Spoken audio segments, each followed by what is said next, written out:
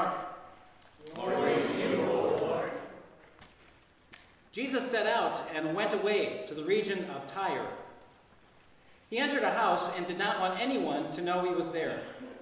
Yet he could not escape notice, but a woman whose little daughter had an unclean spirit immediately heard about him, and she came and bowed down at his feet. Now the woman was a Gentile of Syrophoenician origin.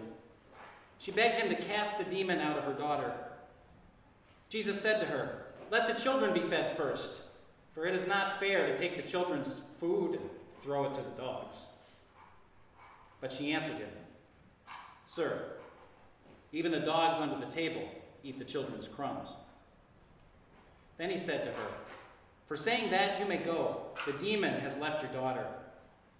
So she went home, found the child lying on the bed, and the demon gone.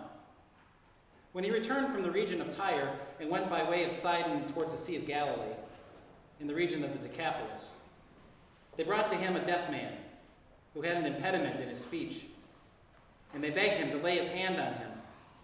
Jesus took him aside in private, away from the crowd, put his finger into his ears, and he spat and touched his tongue.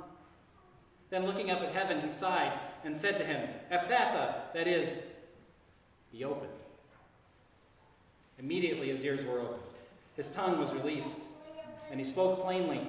Then Jesus ordered them to tell no one, but the more he ordered them, the more zealously they proclaimed it. They were astounded beyond measure, saying, "He has done everything well. He even makes the deaf to hear and the mute to speak." This is the gospel of the Lord. Praise to you, O Christ. Please be seated.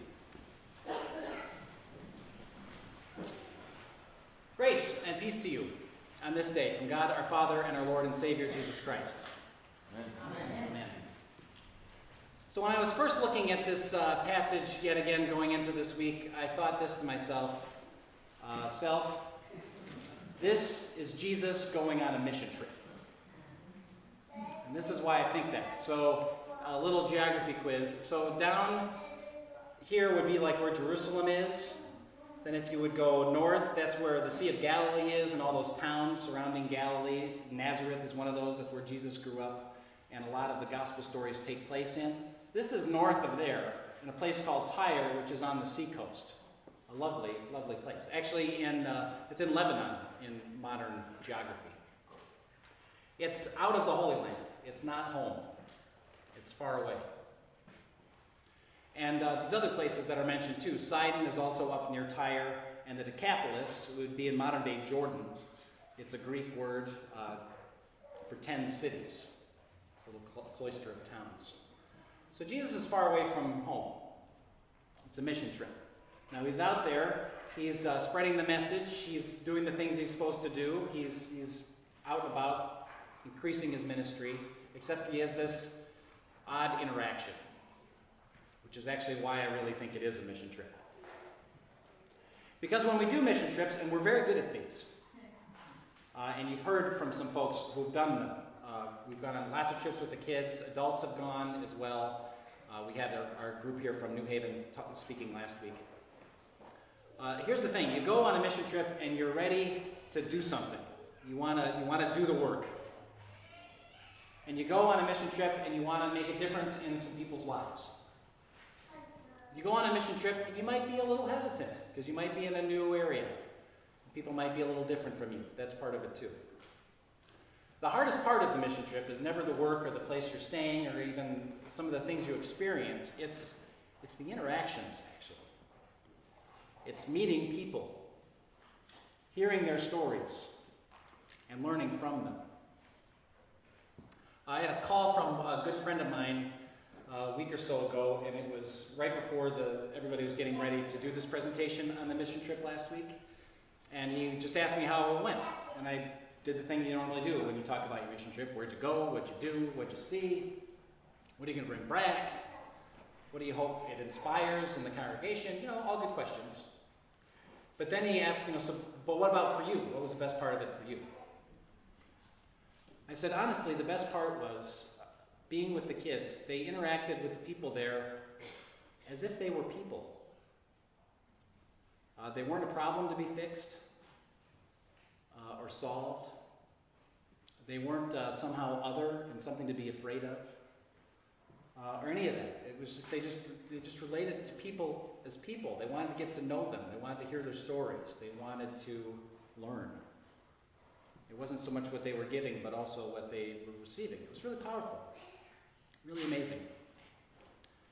And part of that is what's going on in this story, I think. Because Jesus is out in this place. He's supposed to be doing the things he's supposed to be doing. But he has this weird interaction with this woman who's clearly other. And he's not quite sure how to relate to her. I mean, maybe on some level he's just being a little distant. Or maybe it seems like if you read between the lines, it seems like he's being mean. I mean, he calls her a dog, which is not a very flattering thing to call someone. This is not your pet that you love that sleeps on the couch. This is street animals, really. He calls her that. And yet she persists, and she continues to engage him in conversation. And they start relating to each other as people. It's amazing. Jesus seems like he's somehow changed by this experience, and he goes on and he heals this person who can't hear, but who really is opened here.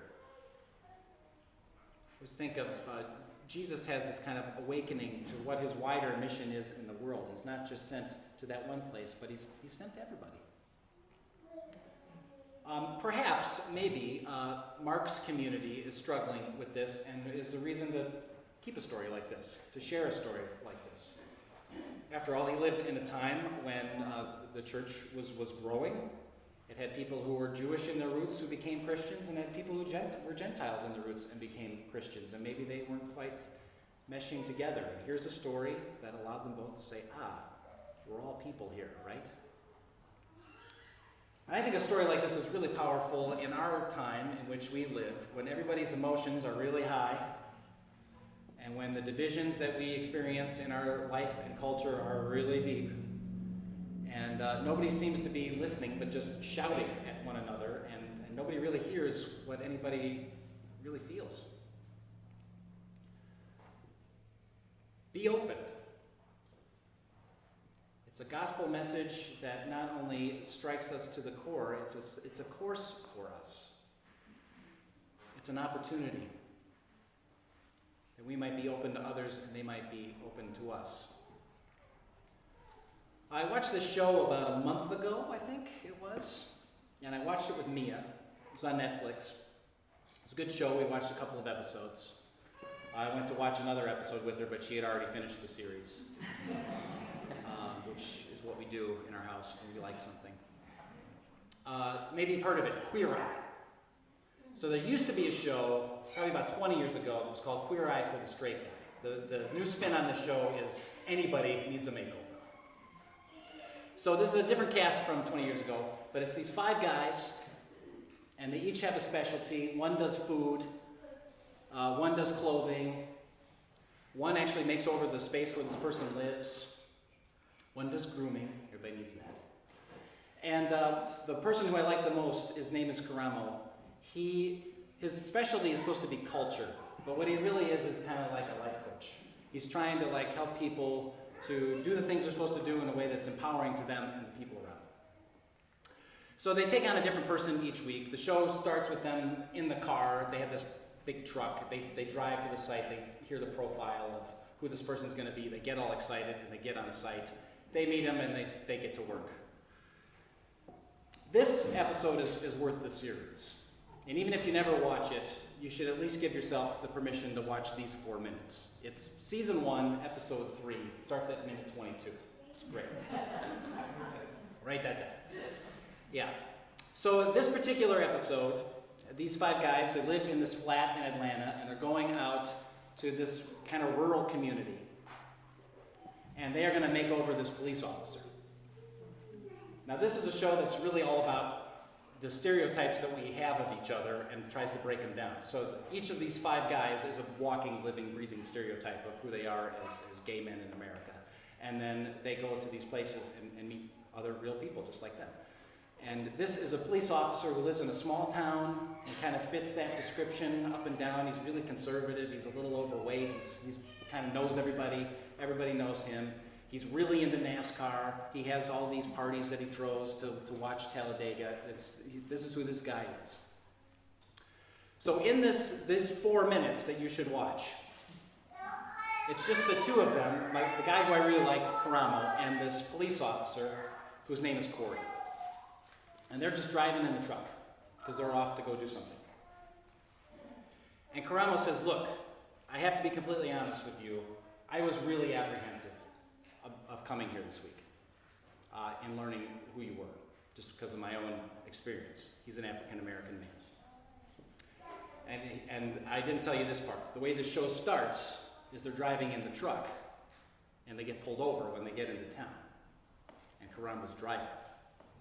And the police officer comes out and starts giving them a hard time. And Karamo doesn't have his license along, so he's giving him an even harder time and asks him to step out of the vehicle. And now everybody is really, really tense. Until you find out about 30 seconds later that the officer who pulled him over is Corey's best friend, and this was a gag. Except he didn't receive it as a gag. And he said, look, I was really upset about that, and I was also really just scared. And he said, I have a son, and he decided not to get his license because he hears about what happens in the news, and we know people, and he just didn't want anything to happen to him, so he stopped driving. And they just started having this conversation about things that they liked, things that they had in common, things that they were afraid of, things that they saw. Corey talked about, police officers aren't like that. Of course, there's the few you see on TV, but most people, they really care about their community, and they want to serve, and they want to do what's best. And Karamo's saying, not all African-American people are criminals either. A lot of us really just want what's best for our community and want to be a part of it. And they had this really touching moment where they just started thanking each other for this conversation, because it's not something they ever really experience anywhere else in this culture where emotions are just jacked up really high and the divisions are really deep and the shouting just goes around and around because no one's actually listening. Be open. Be open. The more I keep thinking about it, I keep coming back to this place, is that if we want and hope for any kind of change in our culture around us or in the people that we know and relate to, it really has to start with us. We need to be the people that are open, that, get this, treat other people as people. Because here's the thing I think that happens so often is behind the shouting, behind the division, behind the emotions, behind it all, there's usually some pain there. And we never get to the root of that with each other and have an experience where we can actually help each other because of the veneer of everything else that's in front of it. And what we can hear in a story like this is that not even Jesus gets it right all the time. And yet we can also have permission to go out and try it again. So it happened for me like this. This is about 20 years ago with my friend Jay Jeff, who I've mentioned several times, my really good friend. So we were, it was 20 years ago, we're a lot younger. We were both very fervent in our beliefs. As you know, or maybe you don't know, but my friend Jeff there's like really Catholic, and he's like more Catholic than that. He's like really. And most days I still like being a Lutheran. So we have those two things at work. And we were having a conversation actually about this James text, about faith and works and how they work together and how they don't, and what it means and how it plays itself out in life. And we were arguing pretty vocally about it for like a long time. I think at least an hour. There was those moments in the conversation where you're not really listening, you're just waiting to like respond back with your next zinger. I mean, you've all been in conversations like that. And it seems like those are the conversations we have with anybody anymore. But it got to a point where it got a little bit more quieter and we started actually listening to each other. And then there became a point where there was just a little bit of silence, and we were both just sitting there.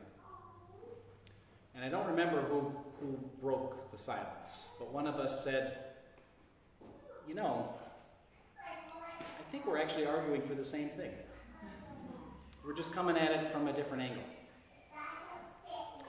And I'll tell you, that has changed my perspective on faith, the church, Jesus, it all. It changed. It changed because of that conversation.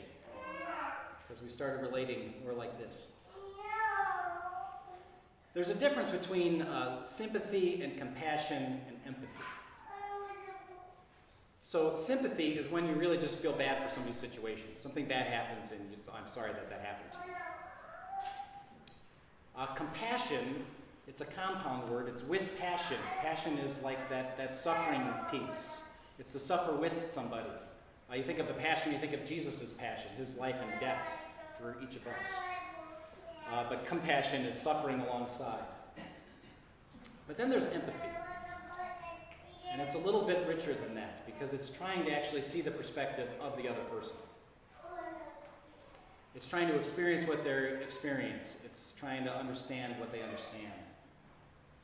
And then act. Be open. Be open. God can change a lot of things. And God calls each of us to be a part of it somehow. I don't think we can do it without him, but I don't think we do it and just watch it happen either. We're part of that somehow, together. I want to close by reading a little piece a friend of mine had posted earlier this week. His name's Brad Otto. He's a pastor down in Cypress, Texas. But the quote is actually from the introduction of Elie Wiesel's Night, that Holocaust survivor who wrote about his experience. Here's a little story. A rabbi asked his students how to recognize the moment when night ends and day begins. Is it when from a great distance you can tell a dog from a sheep? One student asked. Nope, said the rabbi. Is it when from a great distance you can tell a date palm from a fig tree? Another student asked. Nope, said the rabbi. Then when is it? Asked the students. It is when you look into the face of any human creature and see your brother or your sister there. Until then, night is still with us. Let us be people who continue to long for the day. Amen. Amen.